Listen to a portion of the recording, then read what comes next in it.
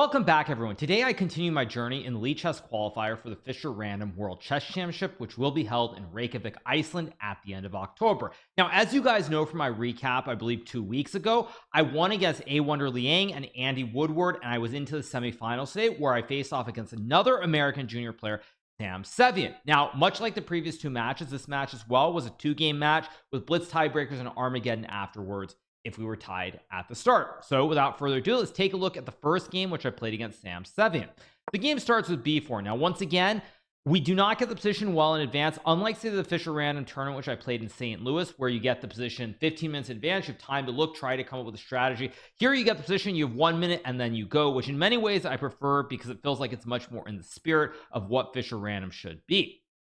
All right, so b4 is played. Now, oddly enough, computer says it's a mistake. Another point that I have to make as well is that as I was the number 2 seed in the event after the number 1 seed Daniel Naroditsky, I did get the choice of color, and in my matches I always chose to start with the black pieces first because I figured that it's going to be a lot harder with a minute at the start of the game to figure it out with white. And additionally, let's just say I lose the first game with the black pieces. In the second game I'll have white. I'll be able to take a brief look at the computer evaluation and see what's going on. Now, as it turns out, in this match in the second game I played this move c4 because I did have a chance to take a brief look at the engine analysis and what they say is the best move. Computer actually gives us this plus 0.42, oddly enough. So in the second game I did start with c4, but in the first game obviously you don't have time to take a look, so Sam opens with b4, which apparently is already a slight mistake. So after b4 here I play this move d5. Now there are a couple things that I consider. The first obvious thing that you want to think about in Fischer Random is, can you play the mirror, where you play something like b5 and simply play the exact same setup as your opponent. Now I did consider b5, but I felt that after b4, if I play d5 here, it makes more sense because I take a little bit of the center. If white ever plays d4 after say knight d6 or even knight b6, I'm getting a great outpost on a c4 square. So it's kind of a little bit of Swiss cheese with d4 and b4 being played. So white can't really play d4. Additionally, if white plays c4, I take an e4, I just go b5, guard the extra pawn, and now my bishop is active on a8. And white can never really play e4 because I can take. So what this does is it's going to force white into a situation here where after knight f3, knight d6, white has to play d3. As I said, you have to try to take some part of the center here with the white pieces. So he plays d3, preparing either e4 or c4.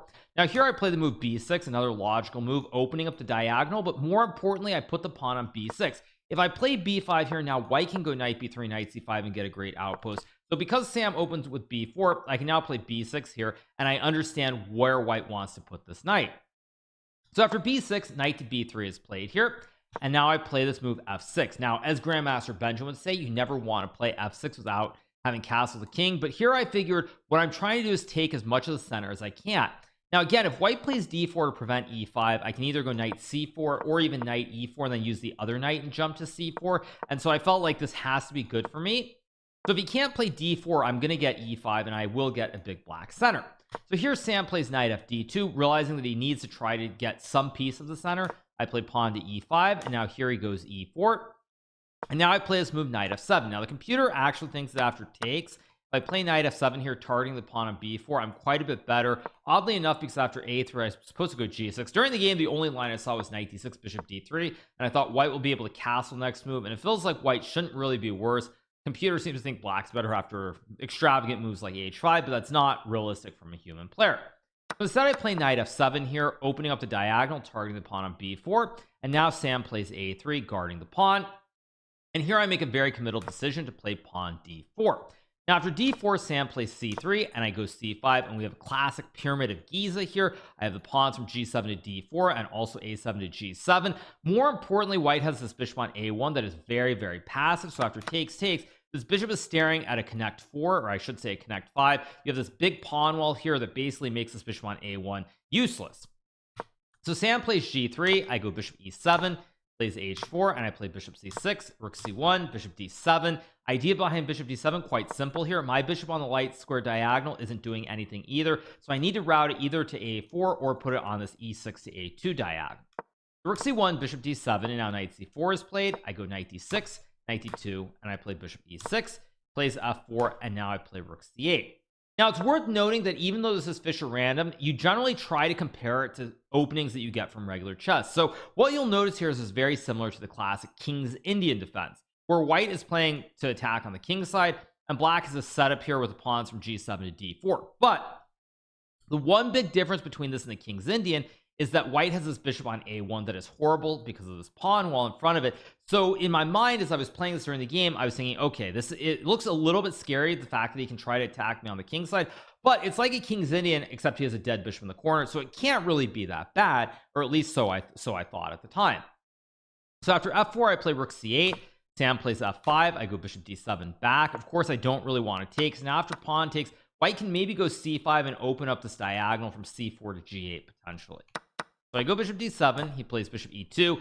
And now I play this move, knight takes c4. Now, oddly enough, the computer likes this very unusual looking move, knight b7, with the idea of playing b5 and kicking the knight out of c4. Now, the reason that it makes sense to play knight b7 instead of b5 is if I go b5 right away, there might be a knight a5 outpost here where the knight can jump to either b7 or c6 down the road. So computer likes knight b7 followed by b5. Again, way too dank for a puny human like myself, so I play more human moves. So I play knight takes knight, he takes, and now I play g6. Again, one of the important things, as I said, is when you're playing in Fischer Random, you try to conceptualize things with the openings that you know and the pawn structures you know as well. So I'll give you a great example here. So actually, I can't give you the example, unfortunately, unless I open another board. But there is a line in the King's Indian defense in the Mar del Plata variation where white will castle the king to g1, and he'll follow it up by going king h1 and rook g1 and trying to attack on the g file. I think prominent players like Alexei Shirov have done it in the past. So I'm using a Fischer Random board, so I can't really show it, unfortunately. But at the end of the day, there are themes where you try to play this with the white side. So this is where the idea of playing g6 came from. So now we get castles by Sam. I take on f5, he takes back, and now I castle, of course. Goes bishop h5, and I go king h8. And the idea is very simple. I want to use this open g file to attack. Additionally, the knight on f7 is great because it should stop pawn pushes to g5, and it also guards the central pawn chain as well. So Sam plays queen e2. I go knight h6 here. Important that I don't play knight d6, by the way, because one of the most important things in the position is that white has this terrible bishop with this pawn wall in front of it. If, however, I play knight d6 as a blunder, because after knight takes e5, if I take back and he plays queen e5, I cannot play bishop f6. Well, I guess I might have to anyway, but if I go bishop f6, white takes the knight on d6, and if I play something like king g8, suddenly after bishop takes d4, this diagonal is open and I'm getting checkmated. So it's very important to be careful here. So I play knight h6 instead, attacking the pawn on f5, plays g4 to guard it, maybe even preparing g5 down the road. Now I play rook g8, rook on the open file, and Sam plays king h2. Now it's worth noting in this position, when I was thinking about knight h6, the line that I was expecting was in fact what occurred on the board with king h2, but I realized to my horror that if I play bishop e8 here, white can suddenly play g5, and if I take, once again, I guess it's actually okay, but after takes and knight e5, actually not knight e5, sorry, maybe queen e5 or maybe even queen h5, it feels very, very loose and very scary. I'm really not sure how long I can keep this diagonal closed. So much to my horror, I suddenly realized that after bishop e8, white has g5, and I was getting low on time, so I completely spazzed here and I play queen c7.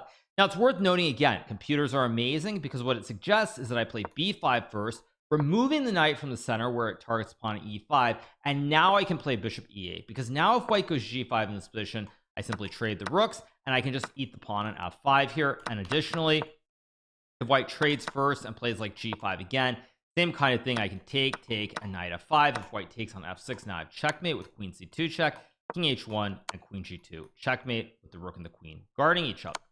So b5 would have been really nice to spot. Unfortunately, I did spot it. Also, one last point to make is that if white ever takes on e8 here, I can trade the rooks on c1, and I can play the in-between move knight takes g4 check, rook guards the knight, and then when the king moves, I just take the bishop and I win the game. So b5 would have been a very nice idea, followed by bishop e8, but as I said, I was getting a little bit low on time, and the only line I saw was bishop e8 g5, and then I panicked. It's worth noting that after bishop e8 g5, b5 is still very, very strong, but not very human if you don't have a lot of time to think. So instead I play queen c7. The idea is maybe I can play e4 and create a discovered attack on the king. I also have ideas like b5 followed by sacrifice my queen for the two rooks.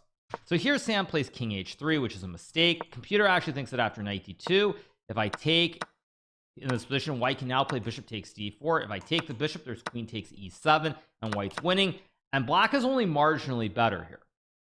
Again, both of us were very low on time at this point, so you can't really be critical of either of us for the decisions that we made here.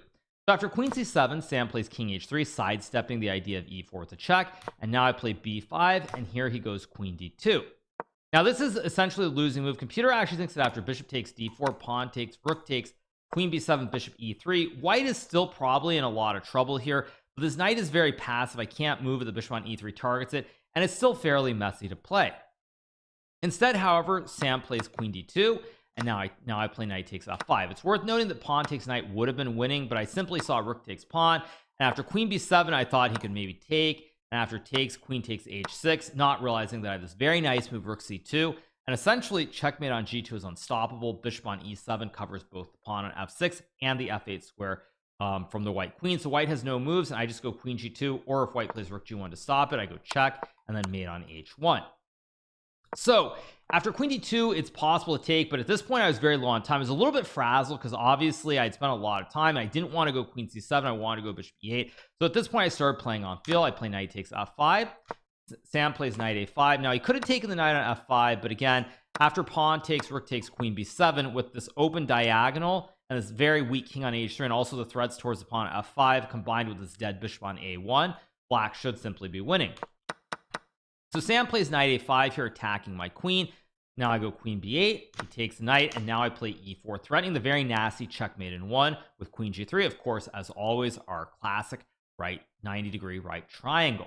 So here Sam plays bishop g4. If he were to play a move like queen f4, for example, there are many ways to win, but probably the simplest one is just to trade the queens and take the rook on c1 and threaten checkmate on h1 here. And if he plays rook f4, now I can play bishop takes f5 check, and if he takes, it's mate in one again with queen g3.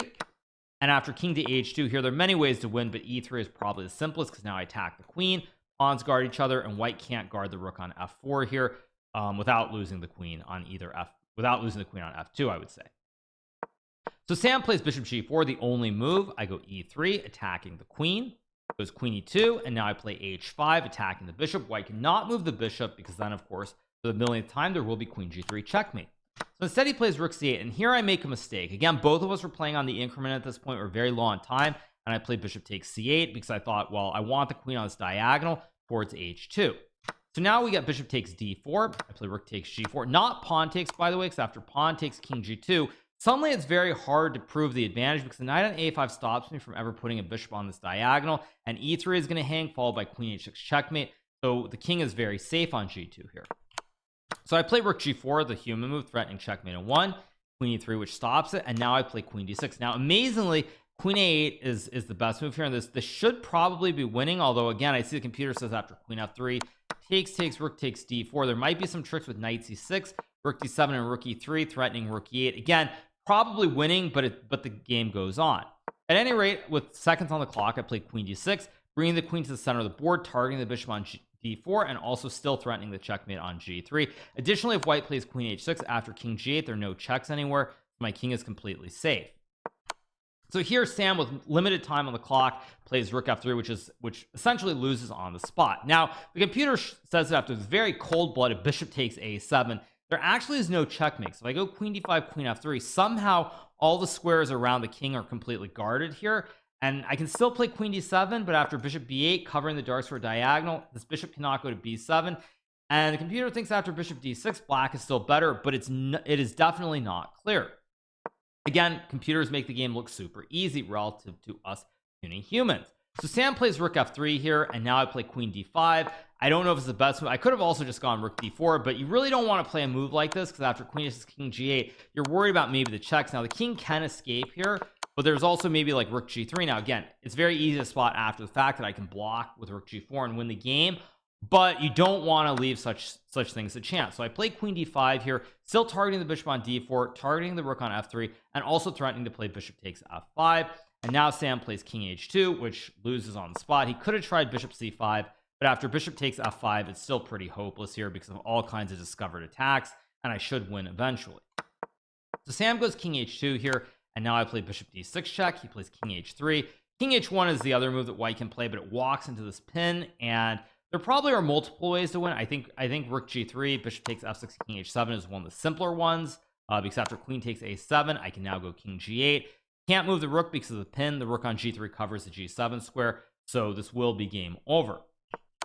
Sam instead plays king h3, and now I get to play rook g3 check, and after rook g3 I have the very nice queen h1 checkmate. King has no squares here, can't go to either g2 or g4, and that's the end of the game. So I win this first game felt more topsy-turvy than in reality it was, just because of the time situation and the miscalculations I made. But I emerged victorious in this first game. I would go on to win the second game as well. Sam, in his desperation to try and win the game and force a tiebreaker, made a couple of dubious decisions in the opening, so I won that match 2-0. So now let's fast forward to our next match against Andrei Esipenko. Now in the finals, it's a little bit different. We're playing a best of 4 instead of a best of 2. So even if you get out too quickly, there's still a chance for your opponent to come back. Now, fortunately for me, my opponent Andrei Esipenko, he had a very grueling semifinal match against Gadakamsky. In their 2-game match, he won the first rapid game. He then lost the second rapid game in a drawish position. They went to blitz tiebreaks. In the blitz tiebreaks, Gada won the first blitz game, and then Andre struck back to win the second blitz game. And then the Armageddon, Andre won the game with the white pieces to advance the final. But that being said, he had to play a very grueling match, whereas I was chilling for about 45 minutes to an hour. So that really helped me sort of reset and get ready. Now in this match, in the first game, I won a very nice game with the black pieces. And then the second game, I was pressing very hard with the white pieces, but it ended in a draw. So now we come to the third game of the match. Remember, best of 4, I was ahead 1.5. So if I win this game, I win the event and I advance to the Fischer Random World Championship in Iceland. Without further ado, let's jump into the game. So Andre starts with f4. Now, there are a couple things to note. First of all, I've alluded to the rook and queen in the corner and how generally you want to maybe push pawns on the side of the board when you have this configuration. So that's the first thing. Now, in terms of the actual game itself, keep in mind I'm ahead. Now, one of the big drawbacks, in my opinion, to Fischer Random, or I should say match formats in Fischer Random, is that if you end up behind in a match, whether you're playing with white or black, if your opponent tends to be very solid and play a lot of the mirrors, it can be very hard to prove an advantage. So for me, leading 1.5 and playing with black pieces in game 3. Now, keep in mind, new position. We played one position the first 2 games, but this was a new position for the third game. I figure I'm going to be solid and play a mirror because I don't see any way for my opponent to take the center. So he goes knight f3. I play g6. Idea to play bishop g7 and fianchetto my bishop here. Andre plays b3. Bishop g7. We swap the bishops, and now I go b6 here. Again, I've got a very passive queen and rook here. I have to figure out how to develop them. Also, I have to figure out how do I develop this bishop on c8. Do I play d6 and try to play on this light square diagonal, or do I play b6? Now, d6 doesn't really make sense because having played f5, I don't really have any scope here. The pawn's simply in the way of bishop g4, so the logical move to play is b6, fianchettoing the bishop to b7. g3 is played. I go bishop b7, and now we get bishop g2, knight f7, knight f2, knight f6, and here Andre castles. Now, one thing you have to be very careful about in Fischer Random is remembering that just because you castle does not mean your opponent has to castle the same way. And I think Andre simply forgot that, perhaps with a little bit of inexperience. He hasn't played so many Fischer Random events, and so I strike out with g5 here. Now, the reason this is so scary suddenly is because now the rook is targeting the king on the g file potentially. White cannot play e3 because then you lose the knight on f3, and white is going to have to trade on g5. Or play knight d3, I should say. But if white takes on g5, we take, and let's just say white plays a move like maybe not d3. Let's say white plays a move like let's just say knight h4 to illustrate the point. I can now play a move like f4, and suddenly there are all kinds of problems for white to deal with on the g file, as well as this long diagonal towards h1. And I'm just going to castle my king to the queen side next move and be completely safe on the opposite side. So again, perhaps with an experience, Andre, I think, forgot that this was a possibility, and so he plays knight d3. I take, he takes back, and now I castle to the queen side. And the idea is very simple. I want to try to play in the center and play on this diagonal towards the bishop on g2. Maybe even ideas like h5 and h4, or e5 and f4 later on. c4 is played. Now I go rook d8, trying to play e5 and kick the knight out of f4. And here we get knight e5. Now, this is a big mistake, but during the game, I already felt really optimistic. Computer, oddly enough, thinks d4 and white's a little bit better. I thought that after bishop e4, rook d1, knight g, or sorry, rook c1, knight g4, it felt scary to me. I have knight g5, the e3 square is weak. The cold-blooded robot says that after queen c3, covering the e3 square, white is much better because now you can play c5 and immediately attack my king on the c file. So knight e5 is played. We trade the bishops on g2. And now I play knight g5. He takes on f5, and I go queen e4. Again, very important that I activate this queen. It's very, very passive on a8. And now I'm targeting the pawn on e2 and the rook on f5. He goes rook bf1, and now I play queen e2. Now, it's worth noting all the way back here when I played knight g5, I had calculated this line, but I actually was intending to play knight h3, king h1, and queen e2. But then when we reached position during the game, I suddenly realized that if I play knight h3, king h1, queen e2, white can go rook e1, and my queen is trapped. I have no squares to go to.